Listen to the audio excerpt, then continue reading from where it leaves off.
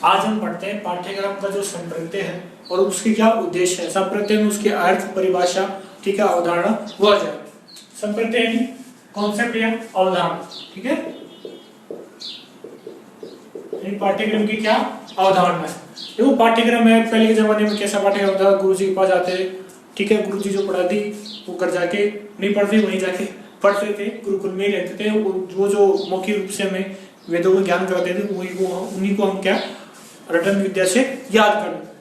पर अब क्या है, वर्तमान समय में पाठ्यक्रम विषय वस्तु तक सीमित नहीं रह गए, यानी विषय वस्तु तक ये इसको नहीं रोक के सकते, यानी आपकी जो किताब है, पुस्तक है, आप केवल उसी को पाठ्यक्रम नहीं कह सकते। शिक्षा के लिए उद्देश्य हैं, बालकों की रुचियां हैं, प्रवृत्तियां हैं, सामाजिक आकांक्षाओं को भी अपने क्लेवर में सम्मिलित करता है। यानी शिक्षा के जो उद्देश्य, बालकों की रुचियां, उनकी प्रवृत्तियां, समाज की आकांक्षाएं बच्चों के प्रति, ठीक है, को भी 1 2 3 4 और 1 5 है विषय वस्तु। यानी वो पाठ्यक्रम किसको सम्मिलित कर रहा है, एक तो विषय वस्तु को, शिक्षा के उद्देश्यों को, बालकों की रुचियों, प्रवृत्तियों और समाज की आकांक्षाओं को क्या कर रहा है, अपने अंदर समाहित कर रहा है। कौन, पाठ्यक्रम कर रहा है, ठीक है। एक तो किताब होगी, शिक्षा के उद्देश्य है, बालकों की रुचियां हैं, समाज की आकांक्षाएं, इन सबको कौन अपने अंदर ले रहा है, पाठ्यक्रम ले रहा है। पहले क्या था भाई, वेदों को पढ़ लो, वही क्या है पाठ्यक्रम में, पर आजकल वो नहीं है, विषय वस्तु के अलावा और भी चीज उसमें जुड़ चुकी है। पाठ्यक्रम शिक्षा पद्धति का क्या है, आवश्यक अंग है भाई, कंपलसरी है। शिक्षा के बिना पाठ्यक्रम के क्या हो जाएगी, बिल्कुल निराधार हो जाओगे। आप अध्यापक किसी भी शिक्षा पद्धति का अनुसरण करें, वह किसी भी शिक्षण विधि का प्रयोग करें, यानी कोई सी भी शिक्षा पद्धति वो अपनाए, चाहे आधुनिक या प्राचीन, कोई सी भी शिक्षण विधि जो उसको अपनी मर्जी से अच्छी लगे, तथा कोई भी विषय पढ़ाए, ठीक है, उसे एक निश्चित पाठ्यक्रम के अनुसार ही कार्य करना होगा। यानी वो पाठ्यक्रम बना होता है, उसके अनुसार उसे पढ़ाना पड़ता है पाठ्य वस्तु को, ठीक है। देखो शिक्षा क्या है आपकी, त्रिमुखी प्रक्रिया है, यानी जॉन डीवी के अनुसार, ठीक है, एक तो शिक्षक है, एक शिक्षार्थी है, छात्र बोल रहा है, और एक पाठ्यक्रम। पाठ्यक्रम क्या है, शिक्षक से जुड़ा हुआ है और छात्र से जुड़ा हुआ है। भाई इन दोनों के बीच में जोड़ने की चीज क्या है, पाठ्यक्रम। इनके बीच में अगर पाठ्यक्रम नहीं हो तो शिक्षक अपना काम नहीं कर पाएंगे और छात्र भी अपना जो अध्ययन है वो नहीं कर पाएंगे। वो जोड़ने का जो तरीका है वो क्या है, पाठ्यक्रम। और ये जो तीनों प्रक्रिया, तीनों चीजें मिलकर क्या कहलाएगी, शिक्षा की प्रक्रिया, ठीक है। जॉन डीवी के अनुसार शिक्षा की त्रिमुखी प्रक्रिया है, जिसमें शिक्षक, छात्र और पाठ्यक्रम शामिल है, ठीक है। अब हम देखते हैं पाठ्यक्रम का अर्थ, करिकुलम मीनिंग। देखो पाठ्यक्रम में 2 शब्दों से मिलकर बना है, पाठ्य और क्रम। पाठ्य का अर्थ हो गया पढ़ने योग्य और क्रम का हो गया व्यवस्था। यानी अर्थ क्या हुआ है, अर्थात पढ़ने योग्य विषय वस्तु की व्यवस्था की क्या हो गई, पाठ्यक्रम हो गया। यानी जिसको आप पढ़ सको ऐसी विषय वस्तु की व्यवस्था क्या हो गया, पाठ्यक्रम हो गया। फिर अंग्रेजी के जो करिकुलम शब्द है उसकी तरफ चलते हैं। ये है लैटिन भाषा, ठीक है, के क्यूरे से बना है, कौन, करिकुलम, ठीक है, जिसका अर्थ क्या होता है, दौड़ना, यानी दौड़ लगाना। फिर है करिकुलम का अर्थ हो गया दौड़ का मैदान, ठीक है, ये दौड़ का मैदान होता है, ठीक है, यहाँ ऐसे ऐसे लाइन खींची होती है और सब दौड़ने के लिए तैयार। फिर आगे देखो दौड़ का मैदान हो गया। अब कौन सा दौड़ का मैदान है, पाठ्यक्रम एक ऐसा दौड़ का मैदान है। पाठ्यक्रम क्या है, दौड़ का मैदान है, जिसकी सीमाओं में, जिसकी ये जो सीमाओं में दौड़कर छात्र, कौन दौड़ रहा है, छात्र, शिक्षा के उद्देश्यों को प्राप्त करता है। यानी शिक्षा के जो उद्देश्य हैं उनको कौन प्राप्त कर रहा है, छात्र कर रहा है, छात्र यहाँ दौड़ रहा है, ठीक है। और वो पुरस्कार स्वरूप क्या जीतेगा, अपने जो उद्देश्य हैं वो जीत पाएगा, कौन, छात्र, ठीक है। मैदान का अर्थ यहाँ पे है पाठ्यक्रम, ठीक है। दौड़ना का अर्थ है छात्र के अनुभव और क्रिया, यानी छात्र कक्षा में क्या पढ़ेगा, क्या सीखेगा, उससे उसे क्या मिलेगी, उसके जो शिक्षा के उद्देश्य हैं वो प्राप्त हो जाएंगे। पाठ्यक्रम ऐसा दौड़ का मैदान है जिसकी सीमाओं में दौड़कर छात्र शिक्षा के उद्देश्यों को प्राप्त करता है। जहाँ मैदान का तात्पर्य क्या है, पाठ्यक्रम, और जो दौड़ना है वो छात्र की क्या है, अनुभव और क्रिया। फिर है शिक्षक के लिए, वो तो हो गया छात्र के लिए। अब देखो शिक्षक पाठ्यक्रम की सहायता से अपनी शिक्षण क्रियाओं को संपन्न करता है। यानी शिक्षण क्रियाएं हैं वो किसकी सहायता से पूरी होगी? पाठ्यक्रम की सहायता से पूरी होगी, जिसमें छात्र अनुभव तथा क्रियाएं करके अपना विकास करता है। अब विद्यार्थी है वो क्या करेगा? अपने जो अनुभव हो रहे हैं, यानी जो कक्षा में आप बच्चों को पढ़ा रहे हो, वो जो विद्यार्थी को अनुभव हो रहा है, फिर वो क्या है उसके अनुसार क्रियाएं करता है और अपना क्या करता है? डेवलप करता है अपने आप को, विकास, अपना जो विकास है वो करता है और अपने लक्ष्य को क्या कर देगा? प्राप्त करता है। ये हो गई शिक्षक की भूमिका। ठीक है, शिक्षक क्या करता है? सहायता लेता है इसकी पाठ्यक्रम की। ठीक है, और जो छात्र वो क्या करते हैं? अपने जो लक्ष्य की प्राप्ति करते हैं, क्या करके? अनुभव और क्रिया करके। ठीक है, अब हम चलते हैं पाठ्यक्रम की जो परिभाषा है उसकी तरफ।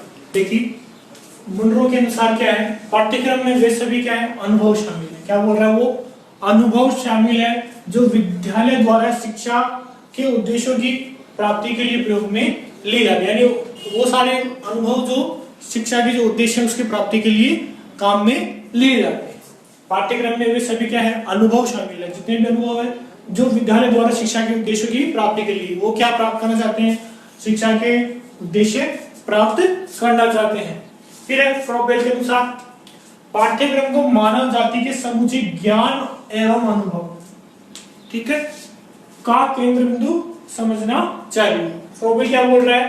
पहले मुनरो क्या बोल रहे थे? अनुभव। अनुभव में क्या जोड़ दिया उन्होंने? ज्ञान जोड़ दिया। क्या जोड़ दिया? ज्ञान जोड़ दिया। पाठ्यक्रम को मानव जाति के समूचे ज्ञान और अनुभव का केंद्र बिंदु समझना चाहिए। पाठ्यक्रम क्या है? समूचे मानव जाति का जो ज्ञान है, अनुभव, उसका क्या है? केंद्र बिंदु है। फिर है माध्यमिक शिक्षा आयोग, जिसे मुदालियर आयोग भी बोलते हैं। पाठ्यक्रम का अर्थ रूढ़िवादी ढंग से पढ़ाए जाने वाले बौद्धिक विषय से नहीं है। यानी आप अगर रटन विद्या से कुछ चीज पढ़ रहे हो तो वो पाठ्यक्रम नहीं है। इसके अंदर वे सभी क्रियाकलाप आ जाते हैं जो बालकों को कक्षा के बाहर भीतर, कक्षा के अंदर आप पढ़ा रहे हो बच्चों को, आधे घंटे के लिए कालांश पीरियड लेते हो, वो पढ़ा लिया, और बच्चा बाहर जाके जो सीख रहा है वो भी क्या है? शामिल है।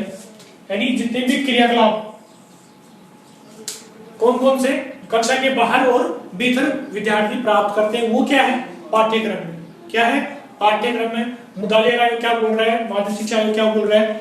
ये वे क्रियाकलाप जो कक्षा के बाहर भीतर, कक्षा के अंदर और कक्षा के बाहर प्राप्त करते हैं विद्यार्थी, वो क्या हो गया? पाठ्यक्रम होता है। फिर लिव एच टेलर के अनुसार देखिए पाठ्यक्रम के अंतर्गत पाठ्य वस्तु शिक्षण, शिक्षण विधियां तथा उद्देश्यों को सम्मिलित किया जाता है। तीन चीज हो गई, एक तो पाठ्य वस्तु शिक्षण, एक शिक्षण विधियां हो गई, दो, और ये आपके उद्देश्य हो गए, तीन, को सम्मिलित किया जाता है। इन क्रियाओं को किस आरंभ किया जाए, वही किस तरह से आप उनको शुरू करोगे, इन तीनों पक्षों की अंतर क्रियाओं को क्या कहते हैं? पाठ्यक्रम कहते हैं। पाठ्य वस्तु शिक्षण, शिक्षण विधियां और उद्देश्य, ये तीनों मिलकर क्या हो गया? आपका पाठ्यक्रम हो गए। ठीक है, ये बोल रहे हैं टेलर साहब। अब पढ़ते हैं पाठ्यक्रम के जो उद्देश्य हैं उनको, ऑब्जेक्टिव ऑफ करिकुलम। देखो पाठ्यक्रम जो है काफी कठिन होता है इसका निर्धारण करना, तो वैसे इसके जो उद्देश्य होते हैं वो भी विशिष्ट होते हैं, उसके अनुसार वो उसका हमारी सहायता करते हैं पाठ्यक्रम का कैसा हम उसको निर्माण करें। ठीक है, जो पाठ्यक्रम में जो उद्देश्य है उसमें पहला माना जाता है शिक्षार्थी जो छात्र है उसका क्या है? संपूर्ण विकास, यानी उसका मानसिक, शारीरिक और सामाजिक तीनों रूप से सर्वपूर्ण संपन्न से बनाया जाए। वो किसका उद्देश्य होता है? पाठ्यक्रम का उद्देश्य होता है कि जो विद्यार्थी है पूर्ण रूप से एक सक्षम नागरिक बन सके, मानव संस्कृति और सभ्यता का हस्तांतरण किया जा सके। जो पहले के जमाने में जो पाठ्यक्रम था उसको संशोधित रूप में वो जो पुरानी जो संस्कृति सभ्यता है उसको विद्यार्थियों को नए कलेवर के रूप में प्रस्तुत किया जाता है, ताकि वो अपनी जो संस्कृति और सभ्यता है उसकी जो अच्छी बातें हैं उनको आगे तक पहुंचा सके। आगे आने वाली जो पीढ़ी है पुरानी जो सभ्यता है उसकी अच्छाइयां और उसकी विशिष्टताओं को जान सके। फिर है विद्यार्थी में नैतिक गुणों का विकास। विद्यार्थी है अपने आप को स्वावलंबी बना सके, अच्छा आचरण कर सके, ईमानदार बन सके, ठीक है, कठिन कार्य परिश्रम करने वाला बन सके, वो सब जो नैतिक गुणों का विकास है हम क्या है पाठ्यक्रम का उद्देश्य में सम्मिलित करते हैं। फिर है छात्र के आध्यात्मिक विकास, यानी विद्यार्थी उसका आध्यात्मिक विकास होगा तो वो क्या होगा कि अपनी जो आत्मा है उसको परमात्मा से जोड़ने का, यानी जो मोक्ष प्राप्ति का जो उद्देश्य है हम लेकर चलते हैं कि जो विद्यार्थी अंत में क्या करेगा, मोक्ष की प्राप्ति कर पाएगा, यानी उसकी आत्मा का विकास पूर्ण रूप से हो पाएगा। वो हमारे क्या होगा, पाठ्यक्रम का उद्देश्य माना जाता है।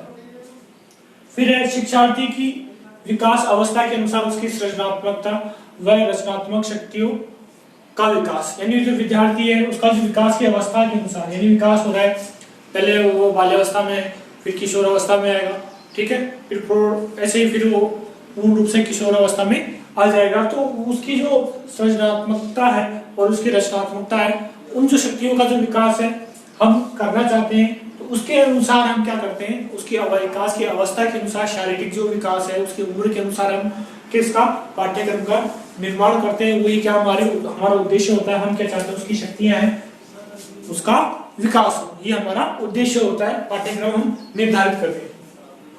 फिर हम क्या है, छठा हम उद्देश्य मानते हैं पाठ्यक्रम का गतिशील एवं लचीले मस्तिष्क का निर्माण, यानी विद्यार्थी है उसका जो मस्तिष्क है वो कैसा होना चाहिए, लचीला होना चाहिए और गतिशील होना चाहिए, यानी वो लगातार नए नए आविष्कार या फिर नए नए तरीके, नई नई सोच उसके अंदर आती रहनी चाहिए। ऐसे नहीं वो पुरातन पंथी हो जाए और अंधविश्वासी बन जाए, ऐसा हमारा उद्देश्य नहीं होता है।